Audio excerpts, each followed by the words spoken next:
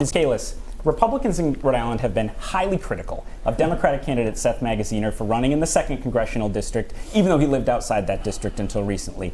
In your case, you only registered to vote in Rhode Island this year, but you're the Republican nominee for governor. So if Republicans think it's a problem for Magaziner to run in a place he hasn't lived very long, why isn't it a problem for you as someone who moved here last year? Yeah, I've been honest since the beginning, and I've said, I was not born and raised here.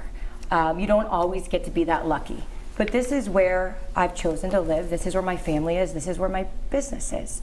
And what I can say is that I was raised 30 miles across the border in Massachusetts, where they have a world-class education system, where they have a booming economy, where it is was just ranked the best place to live in the country. There's no reason that Rhode Island can't have that. And I can also tell you that I was engaged in Rhode Island in 2008. My husband trained at Brown.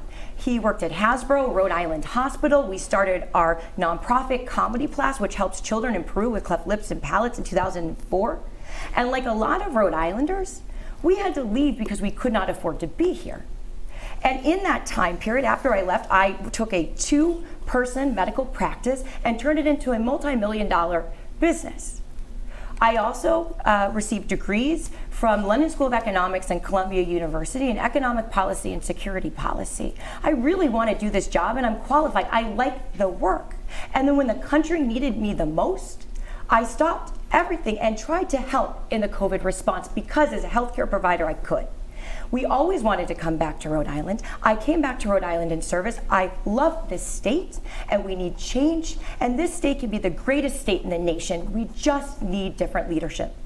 Mr. McKee, your campaign's been very critical of Ms. Kalus for running when she moved here so recently.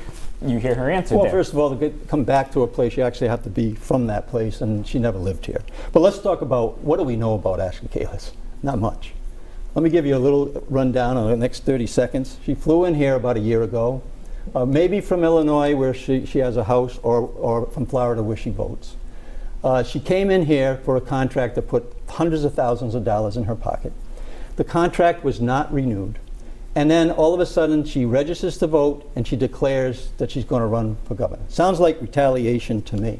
And in the process of having her removed for mismanagement, she refused to leave the Wesley police station. She ended up having her staff taking equipment from the person that's coming in to actually do the work. We took that work very seriously. That's why we're the #1 vaccinated state in the country. So this is a move that she doesn't live here. She decided to run for governor after her contract was not renewed, and she registered to vote at the same period of time. And then now she's taken what she registered as a second home in Newport. Now I believe that it might be her first home, but not for long. Ms. Kalus, you're owed some time. I'll let you respond. Yeah, I'm having a hard time following him because what he's saying isn't true.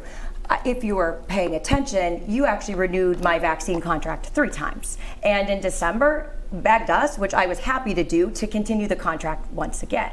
I only found out about complaints, which quite frankly are insulting to the healthcare workers that I employed, over 400 in Rhode Island, in the newspaper after I was running for governor. I am new in politics, and I thought the facts that together we helped make Rhode Island, with countless other individuals, the most vaccinated state in the country. That is something that we could have joint agreement on. But you've turned it something that should have been a success into a political hit. And that is the character that we're talking about. Some of the things they said are just false. And the reality is it is insulting to the workers, Rhode Islanders, who risked their lives in testing and vaccine to help this state. But you did, Mr. McKee is not wrong that there was a police report. It ended very messily with the situation at the Westerly testing site. I mean, was that a professional way to end the contract if the two sides were splitting apart? I had healthcare providers. I wasn't there. Healthcare providers came in. They came in to collect their equipment the day that they were told. The other testing vendor came in early. There was confusion, but there was nothing that was adversarial other than everybody being confused. I mean, that's a level of sort of disorganization from his administration.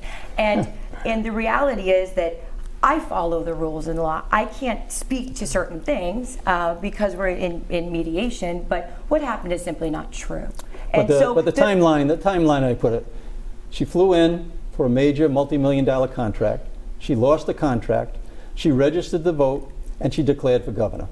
It's retaliation. She could not take the fact that she was told that she was not doing a good job and that we needed to remove her from the service. That is not true. And he knows, and this is the issue with a governor who just doesn't, he's not tethered to the truth. You do know you renewed the contract 3 times, correct? You know that, right? All I know is that I'll make when sure it came he gets time the to renew, documentation. the timeline is correct. She flew in for a multi-million-dollar contract, right? She lost the contract. She registered to vote for the first time in the state of Rhode Island. The first person she voted for was herself.